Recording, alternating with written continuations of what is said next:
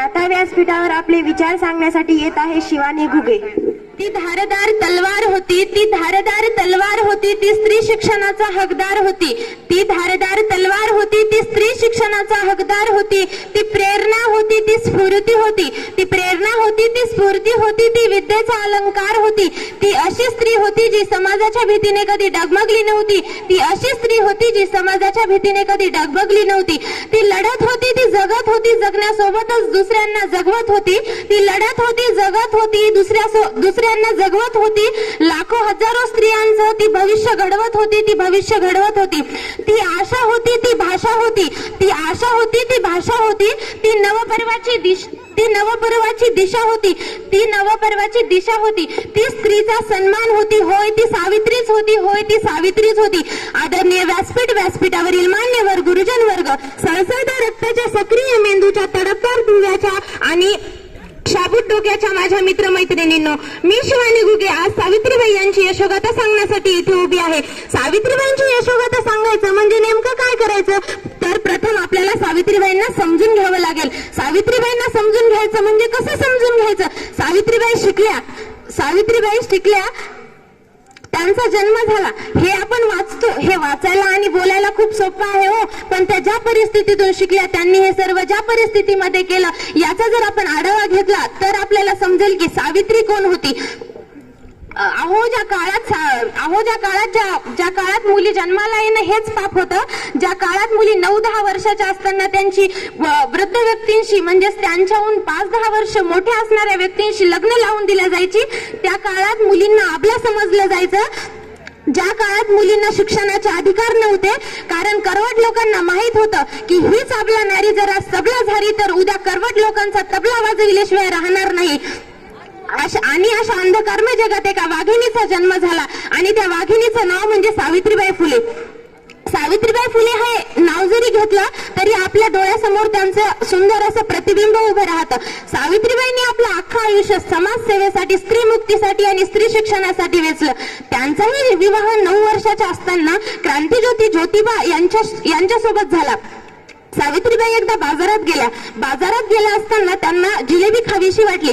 त्या जिलेबी खात उभ्या होत्या, तेव्हा त्यांच्या बाजूने एक ख्रिश्चन गृहस्थ जात होता. त्या ख्रिश्चन गृहस्थाने सावित्रीबाईंना एक ख्रिश्चन चरित्र नावाचं पुस्तक दिलं. त्यावेळेस सावित्रीबाईंच्या मनामध्ये विचारांची खळबळाट उडाली. आपण तर शिक्षित नाहीत, आपण साक्षर नाहीत, आपण हे पुस्तक वाचायचं कसं आणि या पुस्तकामध्ये काय लिहिलेलं आहे हे मला समजलंच पाहिजे. ही जिज्ञासा त्यांच्या मनामध्ये निर्माण झाली आणि ही जिज्ञासा म्हणजे सावित्री असे मला वाटते. ज्योतिबांनी क्रांतीज्योती सावित्रीबाई यांना साक्षर केलं, त्यांना शिक्षण दिलं. त्यामुळेच आपल्या महिला शिक्षिका म्हणलं की प्रथम आपल्या डोळ्यासमोर सावित्रीबाईंचं चित्र उभं राहतं. सावित्रीबाई फुले आणि ज्योतिबा फुले यांनी स्त्री शिक्षणाचा वसाच घेतला होता. अज्ञान दूर करायचं ठरवलं होतं. म्हणूनच ते दोघे घरोघरी जाऊन, गावोगावी जाऊन शिक्षणाचे महत्व पटवून देत होते. स्त्रियांना शिक्षणासाठी प्रोत्साहन देत होते, त्यांना प्रवृत्त करत होते. याचबरोबर 1 जानेवारी 1848 रोजी पुण्यात बुधवार पेठेत मुलींची त्यांनी भिडेवाड्यामध्ये पहिली शाळा सुरू केली. यापासूनच त्यांनी स्त्री शिक्षणाचा पाया रचला, स्त्री शिक्षणाची मुहूर्तमेढ रोवली. तरीही कर्मठ लोक त्यांना त्रास देतच होते. त्या ज्यावेळेस भिडेवाड्याकडे मुलींच्या शिकवणी घेण्यासाठी जात होत्या, त्यावेळेस लोक त्यांच्यावर चिखलाचे गोळे, शेणाचे गोळे, दगड, माती फेकून मारायचे, पण त्या कधी डगमगल्या नाही. मी एका व्हिडिओमध्ये बघितलं होतं की सावित्रीबाई फुले ज्यावेळेस मुलींची शिकवणी घेण्यासाठी जात होत्या, त्यावेळेस एक माणूस त्यांच्याकडे आला आणि त्यांना म्हणाला, जर तुला तुझी आबरू पाहिजे असेल तर तू आमच्या मुलींना शिकवू नकोस. त्यावेळेस त्या सावित्रीबाईंनी एक गोष्ट केली, आपला हात घेतला आणि ताडकन त्या माणसाच्या कानाखाली वाजवली. तेव्हा तो माणूस सरळ झाला. एवढा कर्मठ लोकांनी सावित्रीबाईंना एवढा त्रास दिला, पण त्या आपल्या ध्येयाशी कर्मनिष्ठ होत्या, ध्येयनिष्ठ होत्या. त्या कधी डगमगल्या नाही, त्या कधी घाबरल्या नाही. त्यांनी हे कार्य सतत चालूच ठेवलं. त्यांना साथ होती ती ज्योतिबांची आणि त्यांनी अवघ्या 4 वर्षात 18 शाळा काढल्या. त्यांना 1852 मध्ये ब्रिटिश सरकारने मेजर कॅन्डी यांच्या हस्ते सन्मानित केलं. अहो सावित्रीबाईंची विद्येबद्दल अगदी सुंदर व्याख्या आहे. अहो सावित्रीबाईंची विद्येबद्दल अगदी सुंदर व्याख्या आहे. त्यांचं म्हणणं असं आहे की जर तुम्हाला तुमच्या सर्वांगीण गुणामध्ये वाढ करायची असेल तर तुम्हाला कोणता धर्म उपयोगी आहे तर तो म्हणजे विद्या धर्म. कारण माणूस विद्या घेणारा आणि विद्या देणारा मिळूनच माणूस तयार होतो. याचं थोडक्यात मी तुम्हाला स्पष्टीकरण देते. विद्या देणारा हा धैर्यशील तर विद्या घेणारा हा शक्तिशाली आणि शहाणा बनतो असं सावित्रीबाई म्हणतात. म्हणूनच तर आज माझी स्त्री वकील, डॉक्टर, इंजिनियर, तलाठी, ग्रामसेवक काय त्या प्रत्येक फील्ड मध्ये आज माझी स्त्री आहे. अहो जर स्त्री पुरुषाच्या खांद्याला खांदा लावून काम करत असेल तर माझ्या या समाजात स्त्रीभ्रूण हत्येसारखा विषय का निर्माण होतो? आपण या स्त्रीभ्रूण हत्येसारखा विषय का निर्माण करतो? मुलगी जन्माला येण्याआधीच तिची गर्भातच का आपण वाट लावतो? अहो सावित्रीबाई म्हणतात की एक जर मुलगा शिकला तर तो एकटाच शहाणा बनतो. सावित्रीबाई म्हणतात एक मुलगा जर शिकला तो एकटाच शहाणा बनतो, पण एक स्त्री शिकली तर हजारो स्त्रियांना घडवते.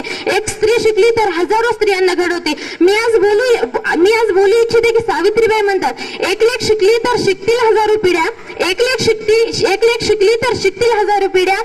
आज तुमच्या लेकी इतक्या शिकल्या, सावित्रीबाई इतक्या शिकल्या की त्यांनी आपल्या लेकी त्यांच्या गर्भातच मारल्या.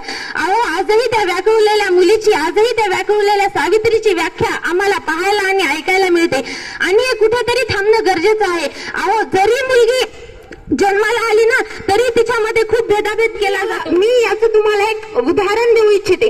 आपल्याला साधा घरात बल्ब जरी लावायचा ना, प्रकाशाचा लाईट जरी लावायचा ना तरी आपल्या घरचे म्हणतात अगं तुला नाही जमणार, तू नको लावू. का नाही जमणार? अहो तुम्ही इथेच तर तिला कमजोर बनवता. आपल्या घरचे म्हणतात तू नको लावू. का नको लावू? तुझा दादा येईल ना तेव्हा लावेल. तुम्ही इथेच तर तिला तिच्यातला आत्मविश्वास गमावण्यासाठी बळी पाडता. तुम्ही इथेच तिला कमजोर बनवता. तुम्ही प्रत्येक आई वडिलांनी आपल्या मुलीच्या पाठीमागे उभं राहिलं पाहिजे आणि याचं सुंदर उदाहरण म्हणजे गीताताई साबळ. सावित्रीबाईंनी सर्व जबाबदाऱ्या पार पाडल्या, पत्नी असो व आई, आणि त्यांनी याचबरोबर एक चोखपणे पार पडलेली जबाबदारी म्हणजे सावित्रीबाई समाजकार्य. सावित्रीबाईंनी आणि ज्योतिबांनी एका विधवा स्त्रीचा मुलगा दत्तक घेतला होता. त्या मुलाचं नाव होतं यशवंता. त्याने त्याला उच्च शिक्षित केलं आणि डॉक्टर बनवलं. 1896-97 या काळात प्लेग या संसर्गजन्य रोगाची साथ आली. प्लेग हा संसर्गजन्य रोग होता. त्यावेळी कोणीच पुढाकार घ्यायला तयार नव्हतं. सगळे घाबरून घरात बसत असत. पण माझी सावित्री एक अशी होती की तिने यामध्ये पुढाकार घेतला. मृत्यूला म्हणजेच प्लेग ग्रस्तांना खांद्यावर घेऊन ती जात होती. अहो जी मृत्यूलाही घाबरली नाही, तिचं नाव सावित्री. त्याच प्रकारे अशा प्रकारे प्लेग हा संसर्गजन्य रोग असल्यामुळे 10 मार्च 1897 रोजी क्रांतीज्योती सावित्रीबाई फुले यांची प्राणज्योत मावळली. सावित्रीबाई फुले यांच्याबद्दल जितके बोलले तितके कमीच आहे. कारण त्यांच्याबद्दल जर आपल्याला सांगायचं असेल तर आतापासून कधी सकाळ होईल हे आपल्याला टाइम पण पुरणार नाही. सावित्रीबाई फुले आणि ज्योतिबा फुले यांच्या कार्याला माझे शतशत प्रणाम. जाता जाता एवढंच म्हणते की शब्दांनाही कोडं पडावं अशी काही माणसं असतात. आपलं भाग्य असतं जेव्हा ती माणसं आपली असतात. धन्यवाद.